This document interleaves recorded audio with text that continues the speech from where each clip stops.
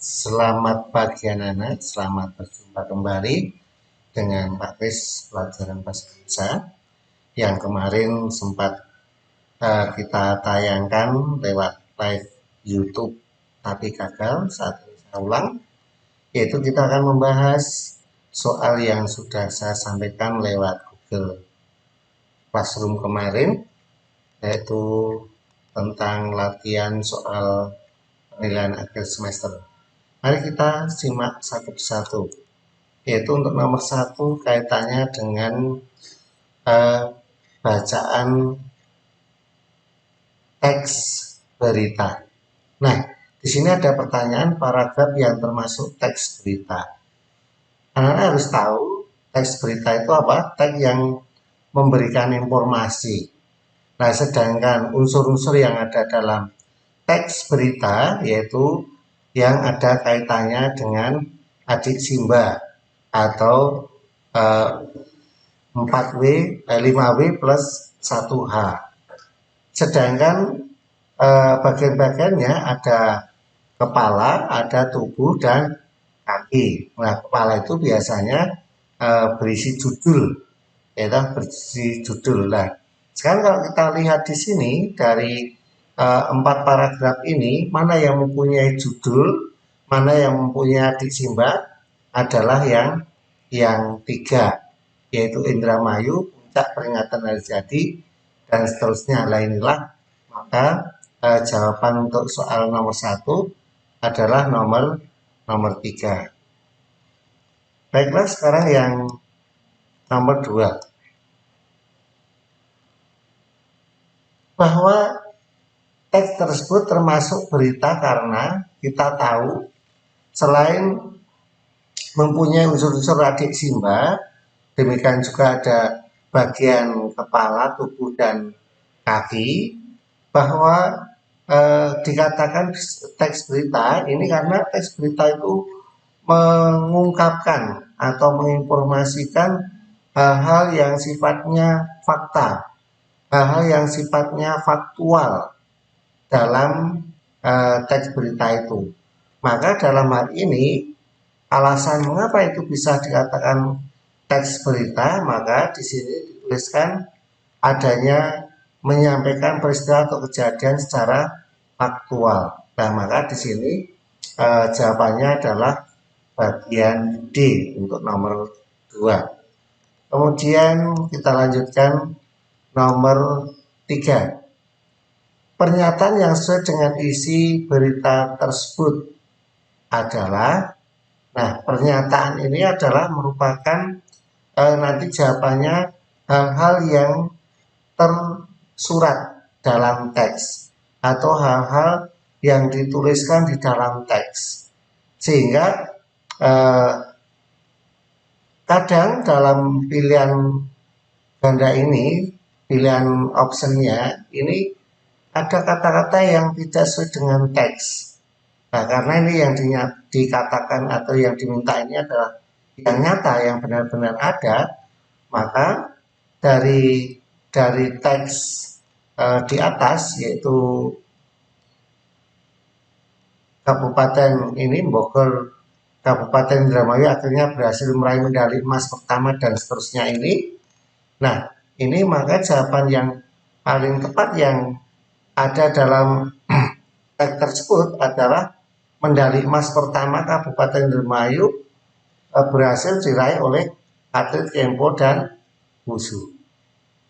Nah, inilah yang terdapat di dalam teks tersebut. Kemudian unsur adik Simba yang terdapat dalam bagian teks tersebut, yaitu nomor 2, kita lihat keberhasilan Indramayu meraih emas pertama tentu saja disambut gembira.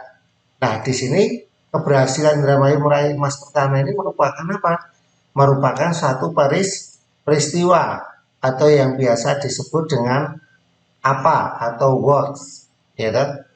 Kemudian disambut gembira para supporter, jajaran pelatih dan ofisial, ya. Ini merupakan sesuatu mengapa, ya kan?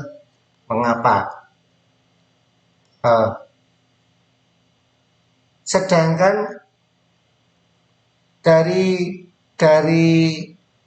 ini kemudian bagaimana bagi ini apa? Mereka tak henti-hentinya mengucapkan syukur atas prestasi yang diraih di ajang Porda tahun ini. Mereka tak henti-hentinya mengucapkan syukur. Nah, ini adalah jawaban untuk bagaimana. Nah, maka dari unsur adik simba yang ada untuk soal nomor 4 ini adalah mengapa, siapa, dan bagaimana. Nah, ini adalah jawabannya nomor 4 ini adalah C. Gitu. Kemudian yang berikutnya adalah bagian kepala berita atau judul kepala berita ya kan, yang berisi judul ya. Berarti ini ditandai otomatis kalau kita lihat tadi adalah nomor 1. Ini tidak usah saya perjelas. Ya. Kemudian yang nomor 6. Bagian teks itu merupakan bagian tubuh berita. Cirinya yaitu, nah, kalau tubuh berita ini biasanya merupakan suatu uraian yang panjang, yang luas, dan biasanya berisi dengan unsur adik simba tadi. Nah, ini adalah bagian tubuh dari sebuah teks berita. Maka di sini A berisi kesimpulan, ini bukan merupakan suatu tubuh, ini merupakan suatu kaki. Kita memberikan penilaian terhadap peristiwa yang diberitakan, memuat pokok-pokok berita secara garis besar, merinci pokok-pokok berita yang telah disebutkan. Nah, berarti di sini karena tadi menjelaskan secara panjang lebar, berarti di sini yang sesuai itu adalah D, memerinci pokok-pokok berita yang telah disebutkan. Ya. Terus yang nomor 7, kata kerja mental. Ya, kata kerja mental itu kata kerja yang digunakan untuk mengutarakan sebuah reaksi, tanggapan, atau tindakan. Nah, jadi di sini nanti ada kata-kata kerja yang bersifat untuk adanya suatu tindakan, adanya suatu apa istilahnya itu tanggapan, adanya suatu tindakan atau reaksi. Nah, perlu kita ketahui kata kerja sendiri adalah kata-kata yang mengandung unsur suatu perbuatan. Maka kalau kita lihat pilihan ini adalah kalau medali memiliki, ini adalah merupakan satu kata benda. Keberhasilan, kemudian satgas, ini juga kata benda. Menuturkan, ini kata kerja, tapi cabur ini merupakan satu kata benda. Kemudian mengucapkan, mempersembahkan, ini adalah merupakan kata kerja semua, dan ada unsur suatu perbuatan atau suatu tindakan. Nah, berarti di sini yang mengandung unsur kata kerja mental adalah bagian yang di ini, mengucapkan dan mempersembahkan. Nomor 8, penggunaan kata teknis atau istilah. Nah, istilah ini adalah kata-kata yang mempunyai arti khusus. Misalkan ada istilah kesehatan, kemudian ada istilah tentang biologi, tentang fisika, dan sebagainya. Nah, inilah mengandung arti-arti yang khusus. Nah, maka kalau kita lihat dari pilihan ini A, B, C, D, ini ada yang kata-kata yang mengandung istilah, ini adalah bagian yang A, karena di sini adalah ada kata illegal lodging, ya kan? Pembalakan hutan secara liar. Nah, kemudian yang lain ini tidak ada suatu istilah yang khusus, ya, kata-kata yang punya arti khusus. karena ini merupakan seperti yang D ini karena nama sebuah tim atau sebuah kelompok gitu kan. Nah inilah bukan merupakan suatu istilah. Ya, yang nomor 9. Kata tidak baku yang terdapat dalam kalimat tersebut. Kata tidak baku, kata yang tidak memenuhi atau mematuhi kaidah-kaidah atau aturan-aturan kebahasaan. Nah, kaidah-kaidah atau aturan-aturan kebahasaan itu meliputi misalnya penulisan, kemudian pelafalan, kemudian bentuk kalimatnya, kemudian katanya. Nah, misalkan kaitannya penulisan, produktivitas itu pakai V ataukah apa V, P ataukah mungkin F. Nah inilah kaitannya dengan penulisan. Nah kalau kita lihat dari bacaan ini, kata-kata yang tidak baku, kalau kata program itu sudah baku. Kemudian pekat, pemberantasan, mengaku, ini sudah baku. Sedangkan yang tidak baku di sini adalah kata ini. Ada kata dan kata pas. Kata anak ini sebetulnya karena kata anak pas dengan perda. Nah ini karena maksudnya anak ini berkata bahwa sesuai dengan Perda nomor 15 tahun 2006. Nah, maka ini bukan kata tetapi seharusnya berkata. Pas ini sesuai. Nah, maka kata yang tidak baku di sini adalah yang A. Ini kata dan pas. Sedangkan nomor 10 kalimat langsung. Nah, kalimat langsung ini adalah kalimat yang mengungkapkan apa yang akan dikatakan dari si pembicara. Jadi dalam kalimat langsung ini pembicara seolah langsung berbicara, ya, tidak menirukan. Nah biasanya ditandai dengan tanda petik di dalam ucapan langsungnya, petik 2 di akhir tanda petik. Kalau itu pengujarnya itu di belakang biasanya ditandai dengan koma dan seterusnya.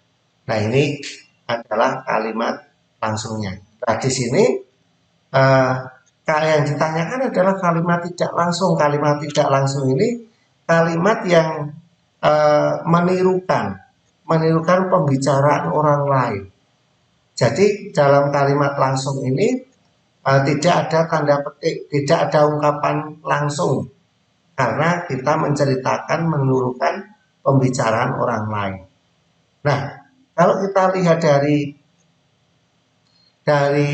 A, misalkan seorang ahli mikrologi di Universitas Arizona berujar kepada tim jika 90% handuk. Nah, ini masih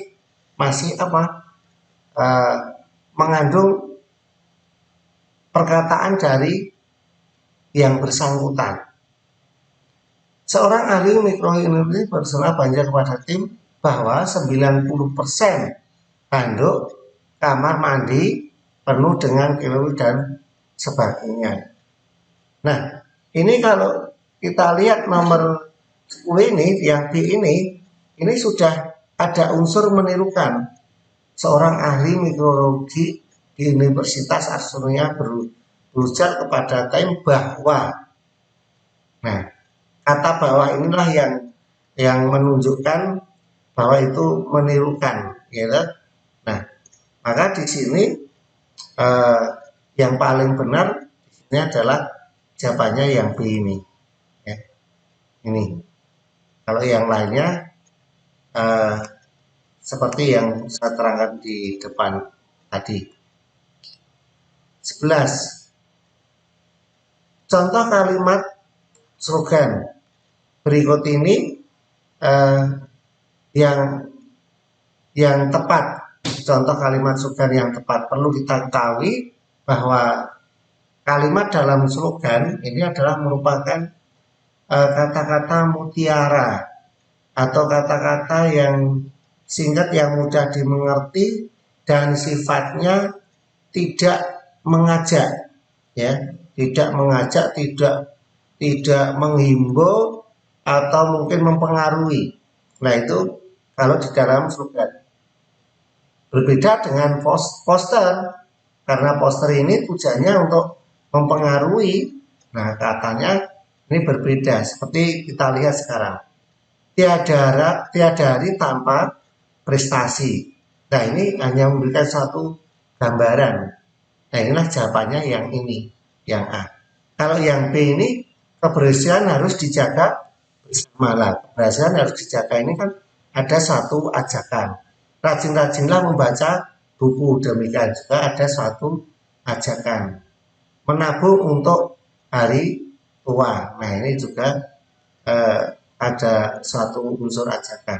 Sedangkan kalau yang A ini tidak ada unsur ajakan. Nah, seperti itu.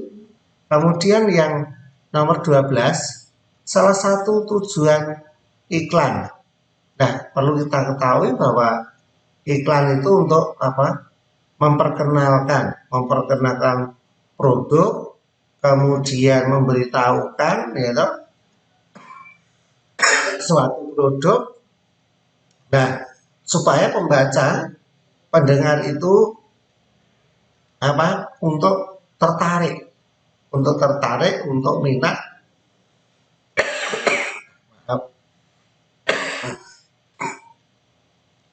Nah, ini maka dari ini tujuan satu iklan antara lain ini,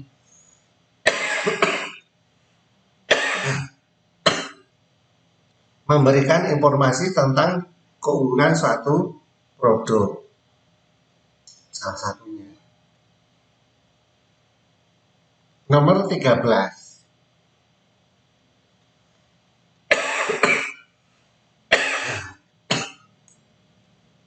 Nah, ciri-ciri poster. Nah, poster ini adalah papan besar. Papan besar yang berisi gambar, yang berisi tulisan, yang bermaksud untuk mempengaruhi pembaca, biasanya ditaruh di tempat-tempat umum. Nah, biasanya poster ini membutuhkan, lebih mementingkan gambar daripada tulisan, dan gambar-gambar yang ada ini biasanya warnanya sangat mencolok. Nah, kalau kita lihat ciri-ciri poster di sini adanya produk dan logo. Oh ya, jelas. Tidak terbatas waktu. Artinya tidak terbatas waktu itu dipakai untuk selama-lamanya ini ya, satu poster. Kemudian foto dari satu produk ya, memiliki sasaran yang jelas. Ini jelas. Nah, maka yang kecuali yang bukan ini adalah yang B, bahwa pemasangan poster ini tidak terbatas waktunya. Nah, maka di sini ini jawaban yang paling tepat adalah tidak terbatas waktunya. Padahal ciri-ciri pemasangan poster itu waktunya sangat terbatas.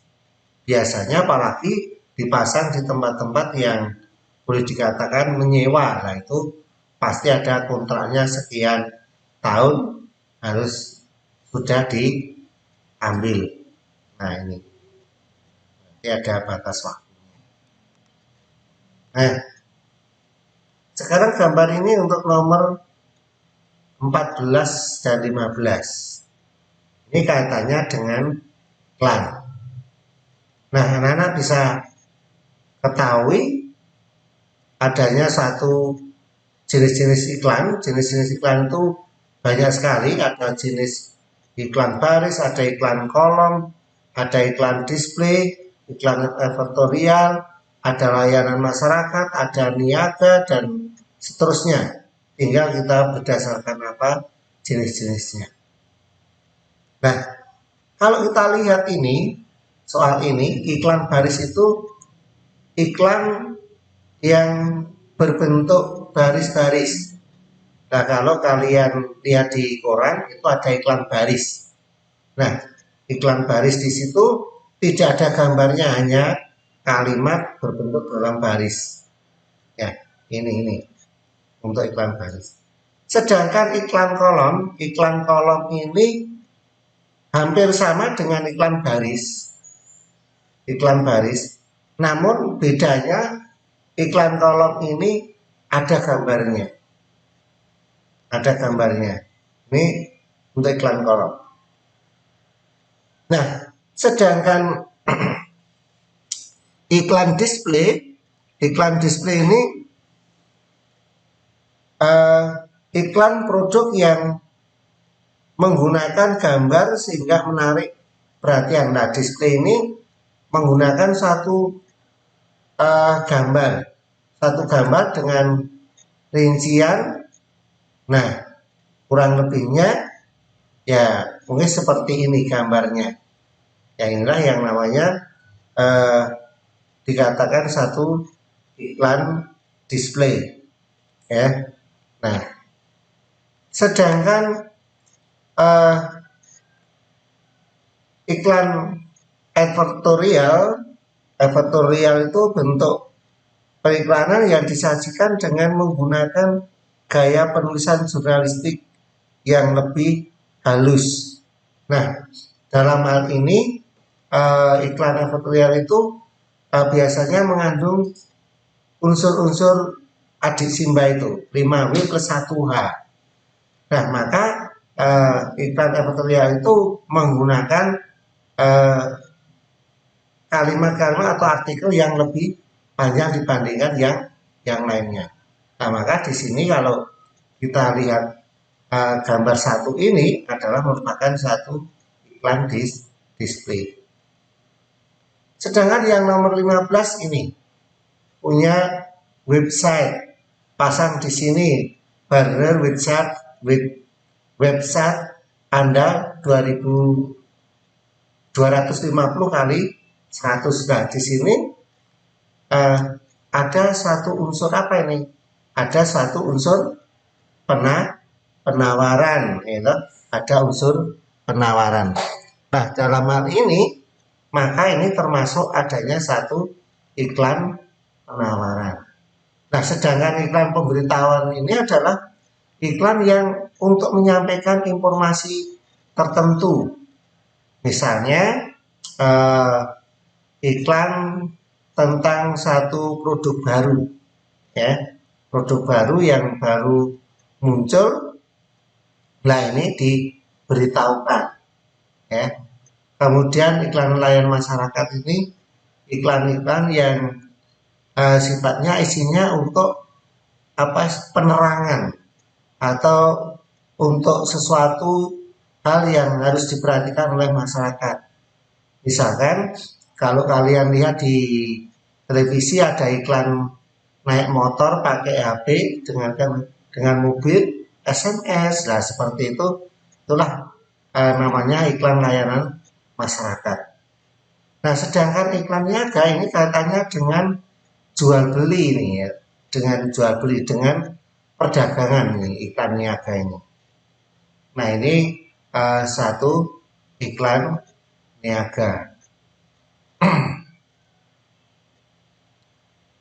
Kemudian untuk nomor 16 dan 18, 16 sampai 18 kita simak iklan ini. Nah, di sini ada apa istilahnya itu bagian-bagiannya. Yang pertama, yaitu ini ada info PLN dan sebagainya. Yang kedua, pangkas 17 sampai 22 listrik. Ada 3 ini kategori jam. Yang keempat saya matikan dan seterusnya. Nah, sekarang di sini ada pertanyaan, bagian kalimat yang merupakan opini pada teks di samping ditandai nomor. Nah, opini atau yang biasa disebut dengan gagasan atau biasa disebut dengan pendapat seseorang, bahwa gagasan, pendapat atau opini ini adalah sesuatu yang belum terjadi, sesuatu yang tidak bisa diukur atau dibuktikan. Nah, ini adanya suatu opini. Nah, kalau kita lihat ini, bahwa nomor 1 ya, info PLN, apa ini tulisannya, untuk Anda. Info PLN untuk Anda ini adalah merupakan satu istilahnya judul ya toh. Nah, ini merupakan satu fakta. Kemudian pangkas listrik nomor 2 ini juga fakta karena ada angka pastinya. Nomor 3 ini juga merupakan jam menunjukkan waktu yang pasti. Nah, ini jam 5 kurang 10 ini juga merupakan suatu fakta. Kemudian yang nomor 4, saya matikan 2 lampu sudah cukup membantu. Nah, ini kan merupakan gagasan, merupakan pendapat seseorang. Dia mempunyai pendapat bahwa kita mematikan 2 lampu saja sudah cukup untuk membantu atau istilahnya menghemat energi listrik. Nah, maka ini jawabannya adalah yang termasuk opini ini adalah nomor 4. Sedangkan yang nomor 17, penarikan bagian 4 pada teks tersebut nomor 4. Saya matikan 2 lampu sudah cukup untuk membantu. Nah, berarti di sini ada unsur U dan U. Nah, kalau kita lihat di puisi, ada unsur U, nah berarti itu kaitannya dengan rima atau saja atau bunyi yang diulang-ulang. Nah, itulah kemenarikan dari bagian 4. Maka jawabannya adalah B, yaitu penggunaan kata-kata yang berima. Sedangkan untuk nomor 1 pada teks tersebut termasuk bagian, nah ini adalah merupakan satu bagian PLN untuk Anda tadi, merupakan identitas sumber berisi keterangan tentang pemasangan iklan. Nah, apalagi di situ ada logo PLN. Nah, berarti jawabannya nomor 18 ini adalah C. Kemudian nomor 19. Nah, ini kaitannya dengan komentar. Anak-anak perlu kita ketahui, seperti halnya kalian komen, kalian komentar, ini biasanya berupa apa? Bisa berupa saran, bisa berupa usul, bisa berupa kritik. Nah, inilah komentar-komentar yang bisa disampaikan. Namun perlu kita ketahui, baik itu usul, saran, kritik, itu harus disertai dengan alasan yang logis, alasan yang masuk akal. Nah, di sini sekarang ada 4 pilihan. Iklan menggunakan bahasa yang ringkas. Oh ya, saya lupa bahwa komentar yang berupa saran, usul, kritik ini adalah sesuatu yang sifatnya membangun. Artinya membangun itu satu kritik, saran atau usul itu tidak memojokkan atau istilah mematikan dari orang yang dikomentari atau suatu perusahaan atau suatu jasa yang dikomentari. Nah, maka di situ komentar itu biasanya berisi hal yang sifatnya positif, sesuatu yang mempunyai nilai-nilai positif, tidak yang negatif. Nah, kalau nilai-nilai yang mengandung unsur negatif itu biasanya ditandai dengan adanya tidak, jangan, dan sebagainya.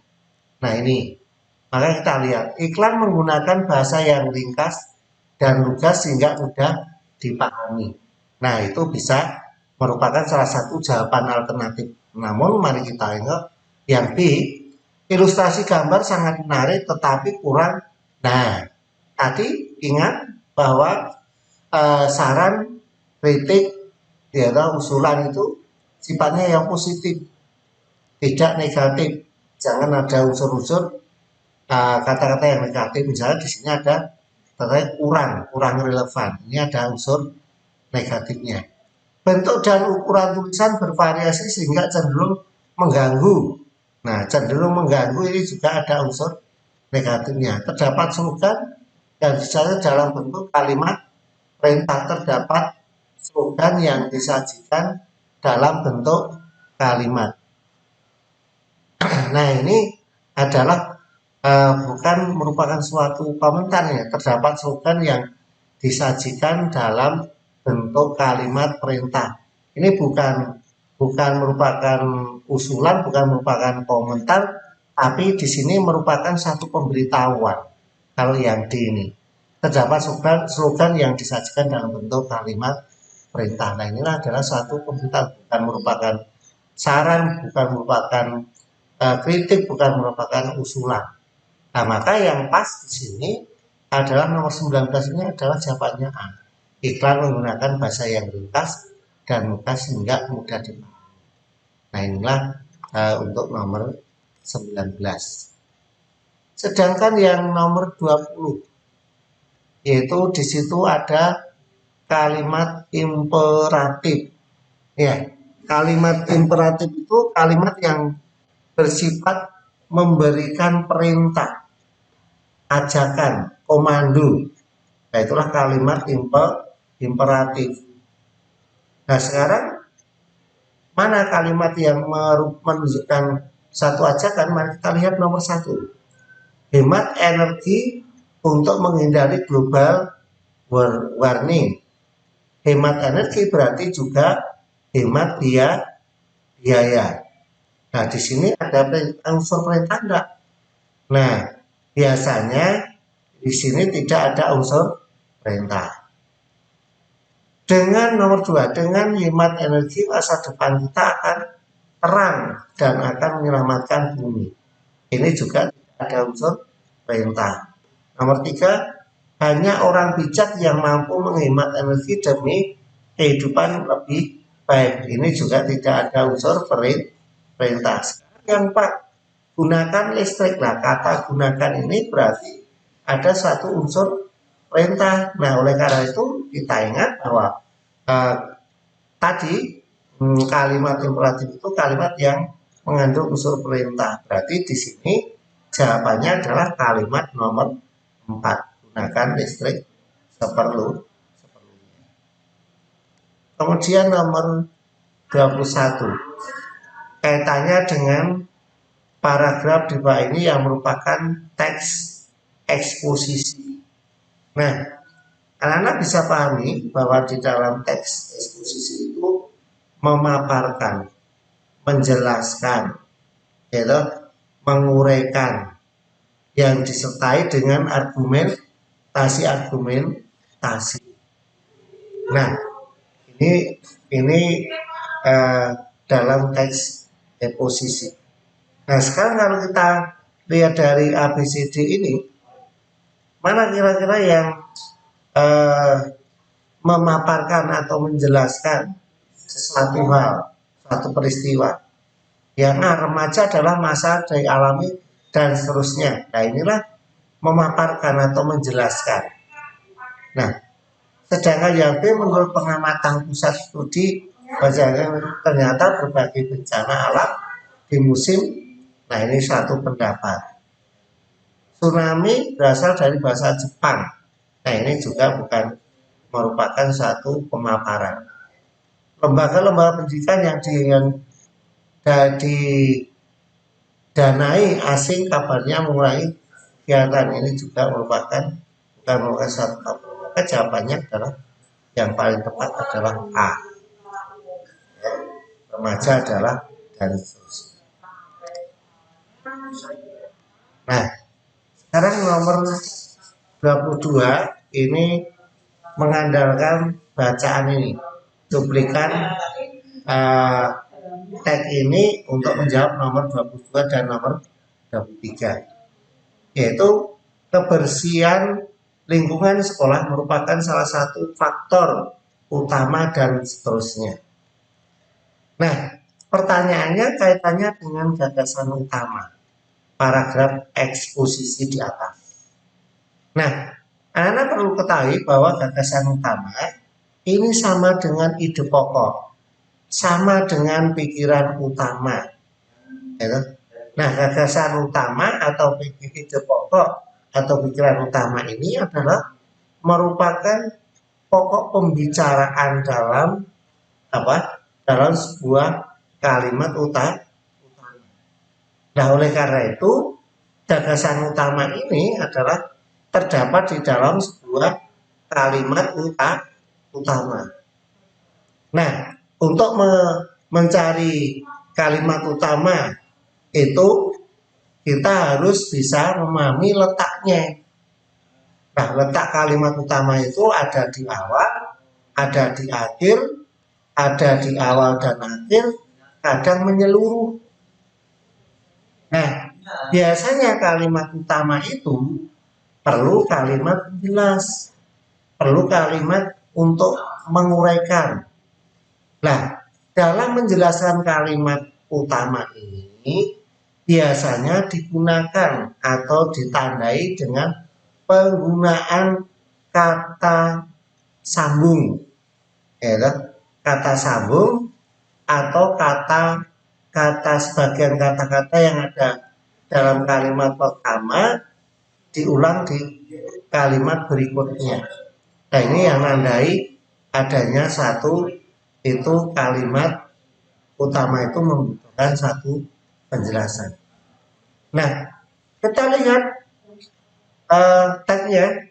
Kebersihan lingkungan sekolah merupakan salah satu faktor utama dalam menciptakan suasana belajar yang nyaman dan kondusif.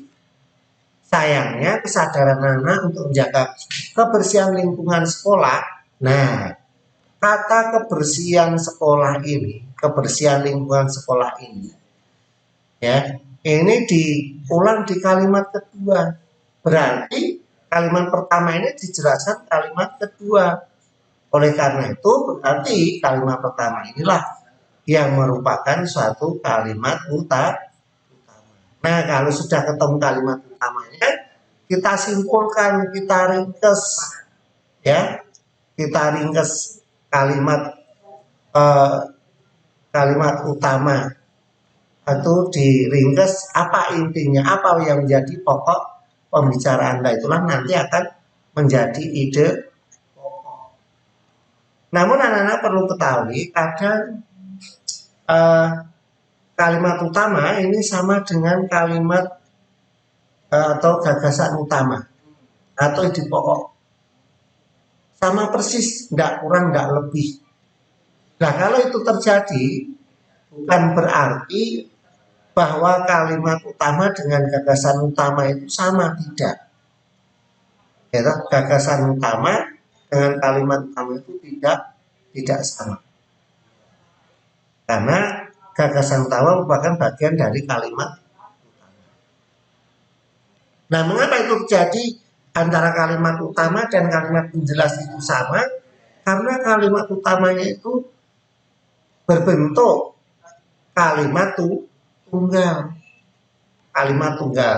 Kalimat tunggal itu apa? Kalimat yang menggunakan satu unsur, ya, satu unsur dalam pola kalimat, atau kalimat tunggal itu kalimat yang minimal ada subjek dan predikat.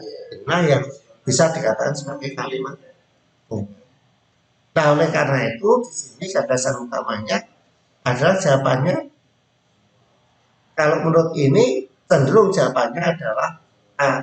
Kebersihan lingkungan sekolah merupakan salah satu faktor utama dalam menciptakan suasana belajar yang nyaman dan kondusif.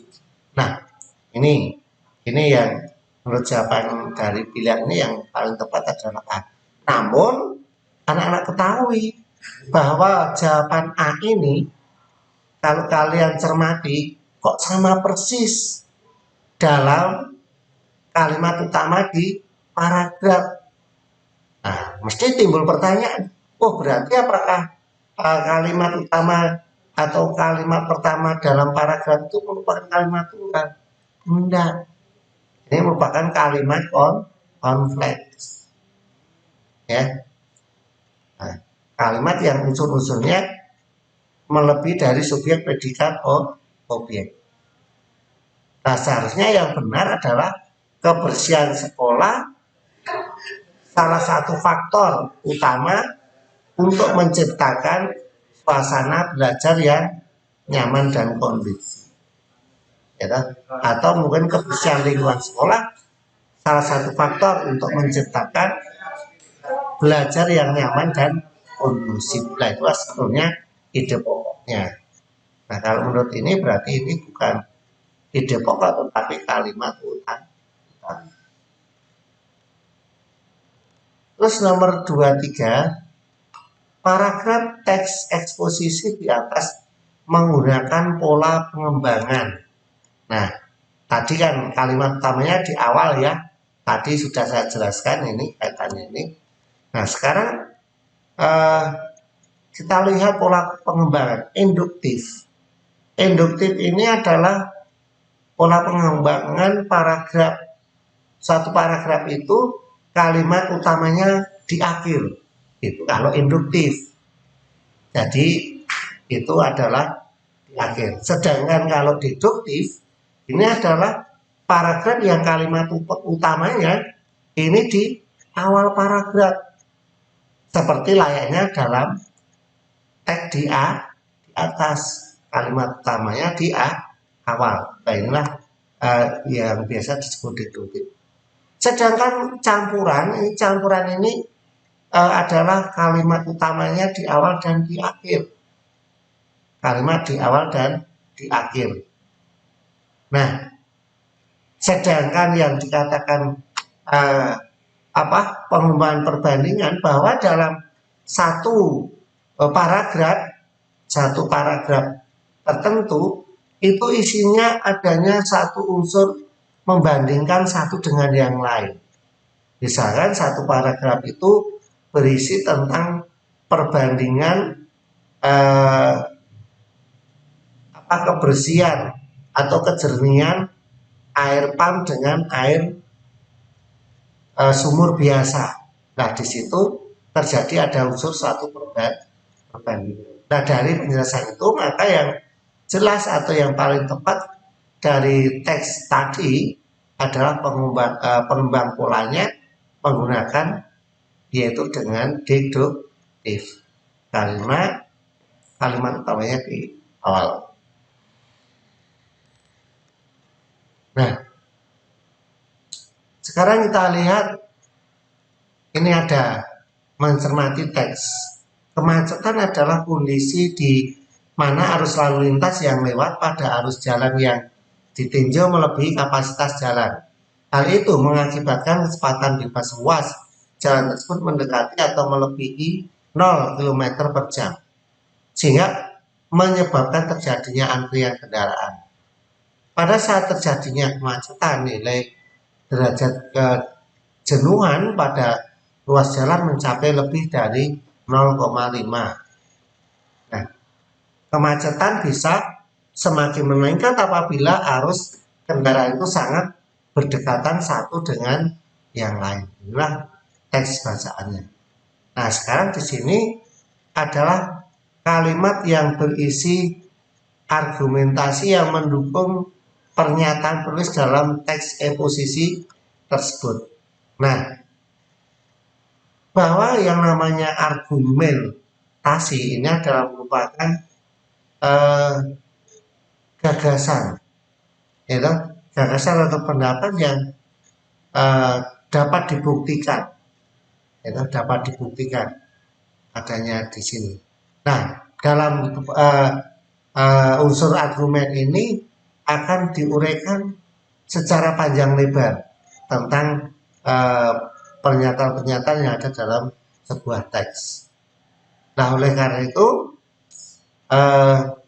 kalimat berisi argumentasi yang mendukung pernyataan tulis dalam teks eksposisi tersebut ditunjukkan oleh nomor, yaitu 24 itu nomor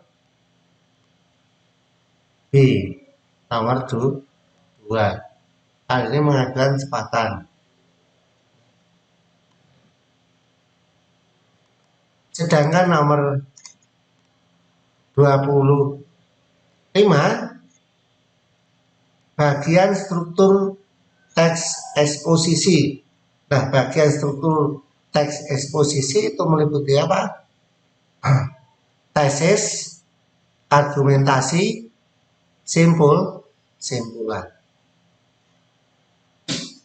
Nah, inilah yang dikatakan adanya satu struktur eksposisi. Berarti jawabannya adalah yang C, tesis, argumentasi, dan simpulan. 26. Kalimat yang menggunakan konjungsi kausalitas berdasarkan teks eksposisi, ya. Nah, konjungsi kausalitas ini adalah konjungsi yang menunjukkan apa? Sebab akibat. Nah, kira-kira pilihan ganda ini ABCD ini yang menunjukkan sebab akibat, yang menyatakan sebab akibat itu yang mana? Pendidikan adalah hal yang paling efektif dalam berbagai dunia dan digunakan sebagai batu loncatan. Nah, ini bukan merupakan apa? Istilahnya itu sebab akibat. Pemerintah membangun berbagai gedung sekolah untuk memberikan kemudahan layanan pendidikan, terutama bagi siswa yang tinggal di daerah terpencil. Ini juga tidak ada unsur suatu sebab akibat. C. Jika peserta didik semakin aktif serta diimbangi fasilitas yang baik dan dapat melakukan kerjasama, maka akan meningkatkan martabat Indonesia di kalangan negara 7 di dunia. Nah, maka di sini adanya satu unsur sebab akibat. Peningkatan pendidikan yang dapat menarik investor asing untuk menanamkan modal di Indonesia. Nah, yang sebab akibat adalah ditunjukkan untuk soal nomor C atau pilihan C-nya. Oke. Kemudian untuk nomor 27, peningkatan pendidikan tersebut hendaknya diimbangi dengan kompetensi maupun kausalitas guru yang bagus. Nah, makna denotasi. Nah, denotasi itu makna yang sebenarnya, ya, makna dengan sebenarnya. Nah, sedangkan di situ ada kata kompetensi. Kompetensi ini kalau berdasarkan makna denotasinya, yaitu apa? Kemampuan, pemahaman, ahli, ataukah keterampilan. Nah, di sini adalah kaitannya dengan kemampuan. Nah, inilah makna denotasi dari kompetensi.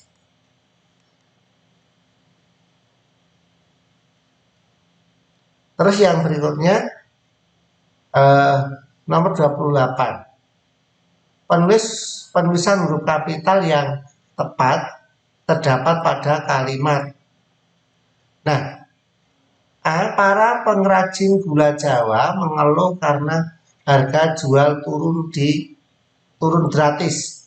Nah, kata gula Jawa di sini ditulis dengan huruf kapital awalnya. Nah, ini adalah penulisan yang tidak benar. Ya, seharusnya yang benar adalah gulanya G-nya kecil, Jawanya juga ditulis huruf kecil. Mengapa demikian? Karena ini bukan nama sebuah pulau atau sejenisnya, tetapi ini adalah merupakan nama jenis. Nah, oleh karena itu gula Jawa ini kalau ditulis huruf besar ini salah, yang betul ditulis huruf kecil semua. Yang B, rumah besar bercat berwarna biru itu dikelilingi tanaman petai Cina. Ya, di rumah besar bercat warna biru itu dikelilingi tanaman petai Cina. Nah, di sini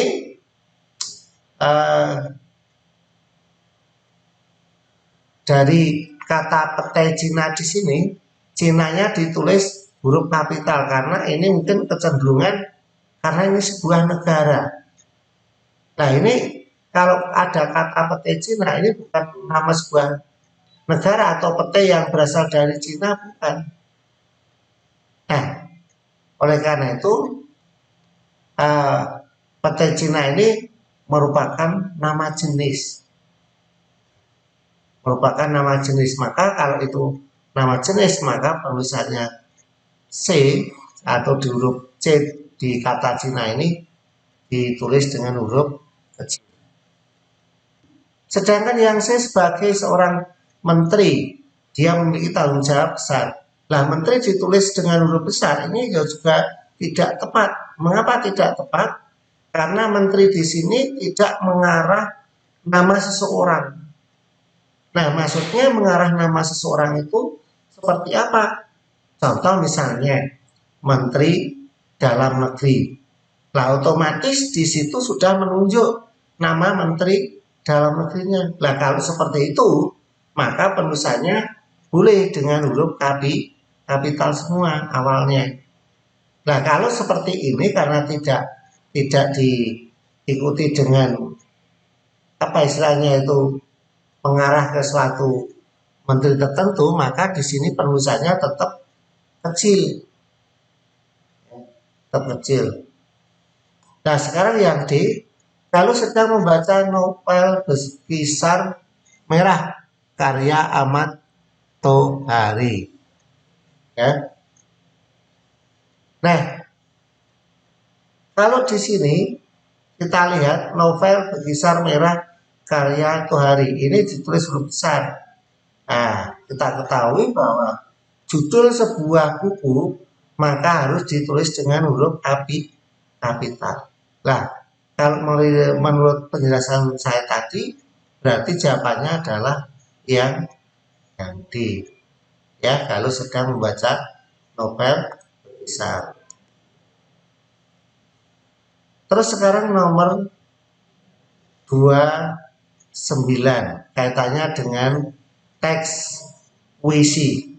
Nah, anak-anak perlu ketahui bahwa puisi ini merupakan hasil imajinasi dari seorang pengarang, hasil khayalan dari seorang pengarang. Inilah adanya suatu arti sebuah puisi. Maka di sini disebutkan pertanyaannya, teks di atas merupakan puisi karena A. Setiap larik memiliki kesamaan bunyi untuk membangun makna. Setiap larik memiliki kesamaan bunyi. Nah, kita cek apakah itu setiap larik mempunyai kesamaan bunyi. B. Isinya merupakan ungkapan perasaan dengan menggunakan bahasa yang indah. Nah, itu tadi saya sudah di depan katakan bahwa puisi adalah merupakan hasil luapan perasaan, imajinasi khayalan seseorang. Maka jawabannya di sini adalah yang B. Ya, isinya merupakan luapan perasaan. Sedangkan penyair mengungkapkan perasaan dengan bahasa yang singkat, padat dan jelas. Nah, ini merupakan satu pesan, ya, merupakan pesan dalam sebuah puisi. Kalimat tersusun dalam bentuk bait-bait dan terikat oleh diksi. Nah, sekarang puisi tidak terikat oleh jumlah baris maupun bait dalam sebuah puisi. Nah, maka di sini jawabannya yang paling tepat adalah apa tadi? Kalimat penyair mengungkapkan perasaan dengan bahasa yang singkat, padat dan jelas. Nah, ini jawabannya C.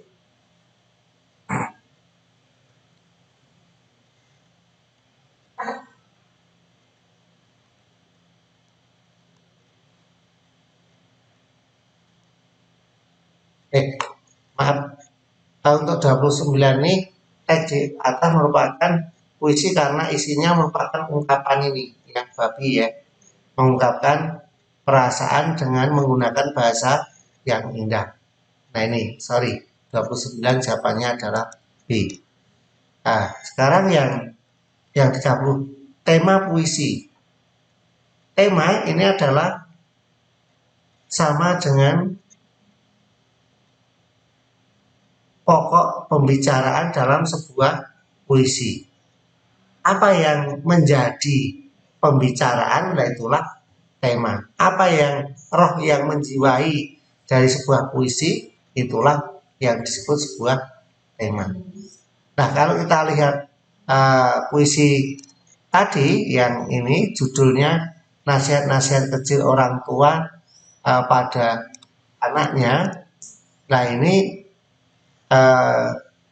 kita bisa lihat temanya apa, yaitu nasihat orang tua pada anaknya agar tidak salah jalan. Nah, itu temanya. Nah, di sini yang menunjukkan itu apa? Ini menyampaikan kebenaran, ya kan? Nah, menumbangkan kezaliman, mengagungkan Gusti Allah, dan sebagainya.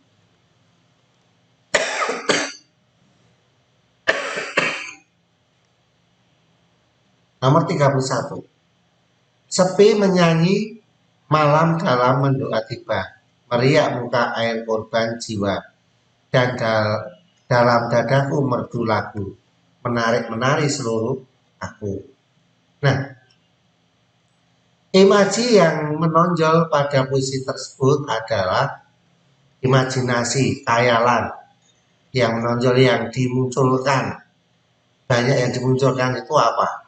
Nah, kalau visual itu sesuatu yang dilihat, sedangkan auditif ini adalah sesuatu yang didengar. Kemudian perasaan ini sesuatu yang apa? Dari rasa.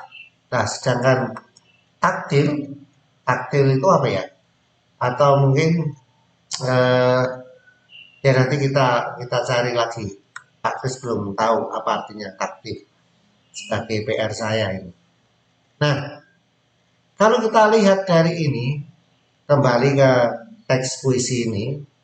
Nah, imaji yang paling ditonjolkan ini dari segi apa ini? Apakah visual atau sepi menyanyi malam dalam mendoa tiba, meriak muka air kolam jiwa, dan dalam dadaku merdu lagu, menarik-menari seluruh aku.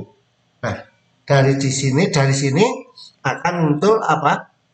Unsur-unsur pendengaran. Sepi menyanyi malam dalam mendoa. Nah, ini kan ada unsur-unsur pendengaran, gitu. Merdu lagu, menari, ya.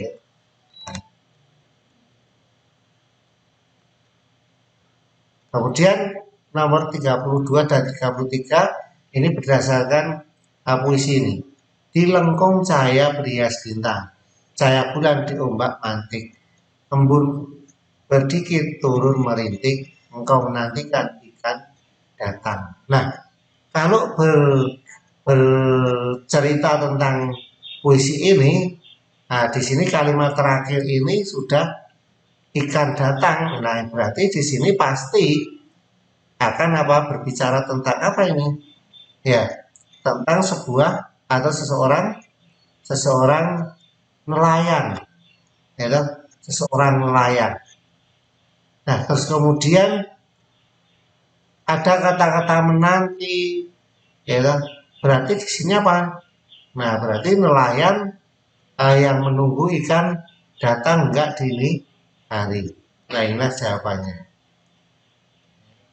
Nah, sekarang nomor 33. Nah, suasana dalam penantian, ya kan? Dalam menanti. Nah, suasana dalam penantian itu orang yang menanti itu pasti mempunyai satu tujuan apa? Adanya suatu pengharapan. Maka di sini suasananya adalah suasana dengan penuh pengharapan. Nah, inilah ini dikata-kata kata menanti ikan datang. Nah, di sini kan ada unsur suasana pengharapan. Sekarang nomor 34 kaitannya dengan tetesan air menyerbu bumi memaksa sang awan menangis. Sementara butiran-butiran bening menari di atas, petir tak berbicara banyak, hanya angin yang berlari menerjang alam. Nah, keindahan puisi di atas terletak. Nah, anak-anak yang terkasih bahwa keindahan puisi ini terletak satu di dalam penggunaan majas. Nah, majas anak-anak paham atau mungkin bisa buka catatan. Ada majas personifikasi, ada majas hiperbola, ada majas ironi, ada majas litotis, dan sebagainya. Nah, kalau majas personifikasi ini benda mati seolah bernyawa, seolah hidup seperti manusia. Nah, keindahan yang kedua itu ada pada rima atau sajak. Nah, rima ini bisa terjadi di akhir kalimat, yaitu atau di akhir baris. Bisa juga terjadi di awal atau di tengah. Rima itu bunyi yang sama yang sering diulang-ulang. Nah, inilah satu rima. Sedangkan yang kedua adanya penggunaan bahasa lambang atau simbol. Nah, bahasa di sini atau lambang di sini atau simbol di sini merupakan kata-kata yang bisa menggambarkan atau mewakili suatu maksud tertentu. Misalnya, simbol atau lambang ini misalkan orang yang duka cita.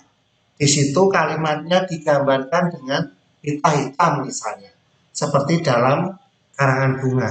Nah, disitulah merupakan makna lambang atau makna simbol, ya. Nah, sedangkan yang berikutnya selain simbol ada juga keindahannya itu di tipografi, yaitu atau bentuk penulisan puisi itu.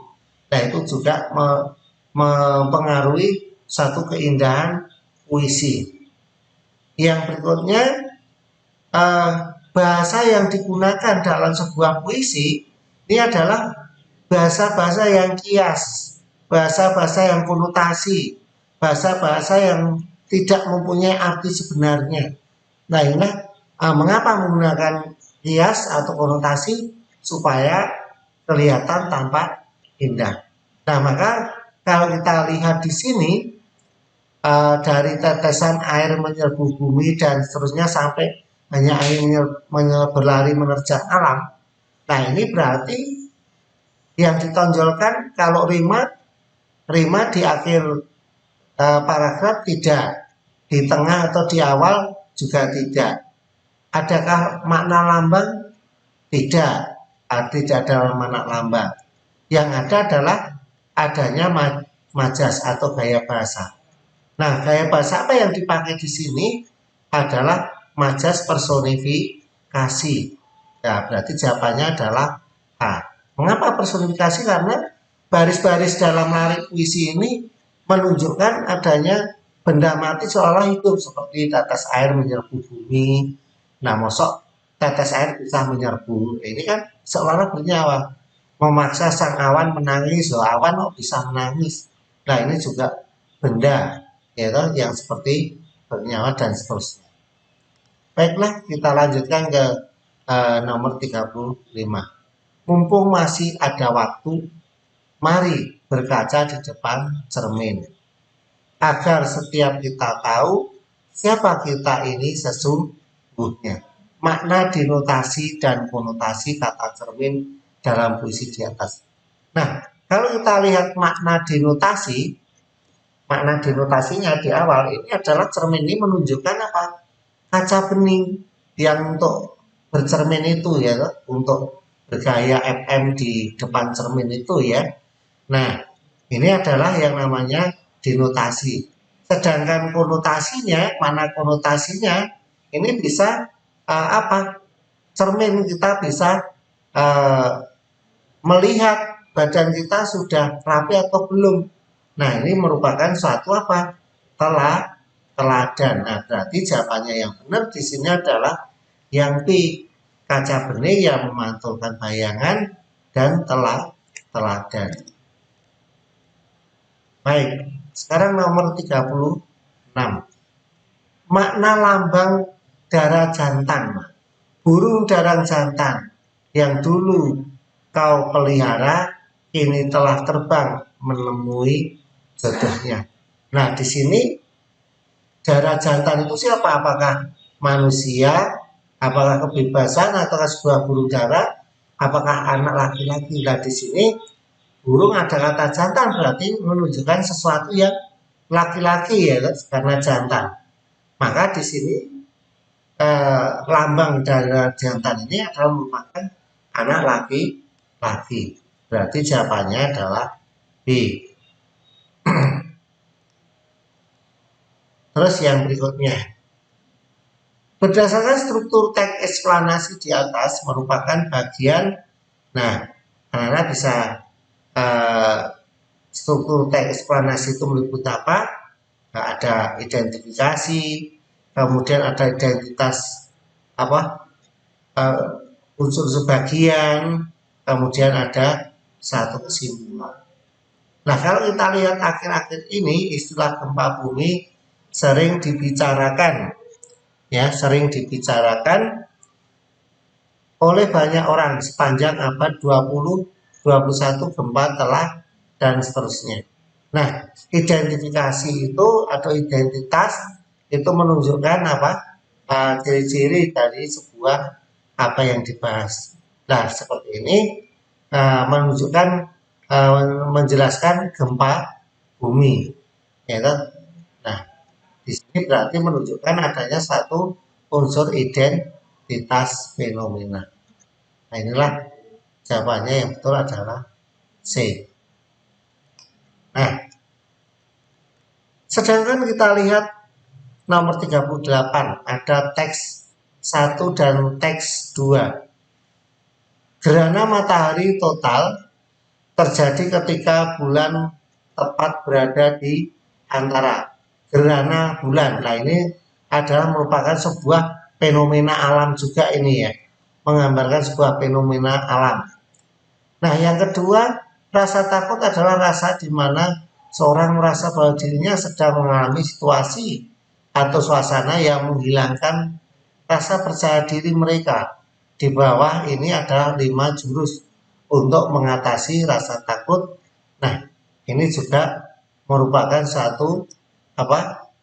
suatu fenomena juga. Nah, maka jawabannya di sini adalah kedua teks ini merupakan adalah teks eksplanasi. Oke, 39. Kita berbicara tentang pola pengembangan teks eksplanasi adalah, nah, ada kesimpulan, ada kronologis. Kronologis itu secara urut. Asal usul itu merupakan urutan, ya toh, misalnya alkisah atau apa istilahnya silsilah sebab akibat, ya.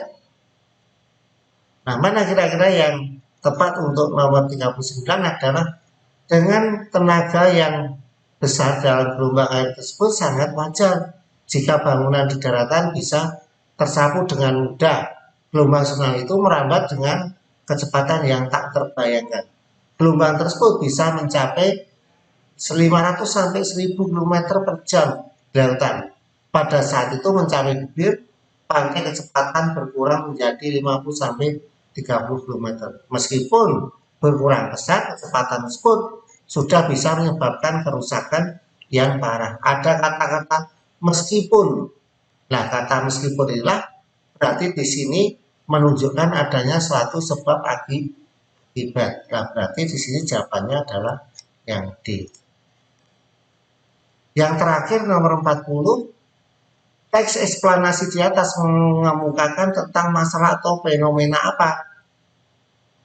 Hanya menimbulkan berbagai macam penyakit sampah.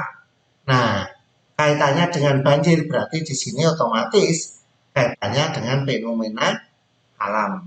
Saya kira tidak saya uraikan secara panjang lebar tentang fenomena ini, anak-anak sudah bisa memahami. Nah, itu anak-anak yang bisa Bapak lakukan dalam menjelaskan soal kemarin.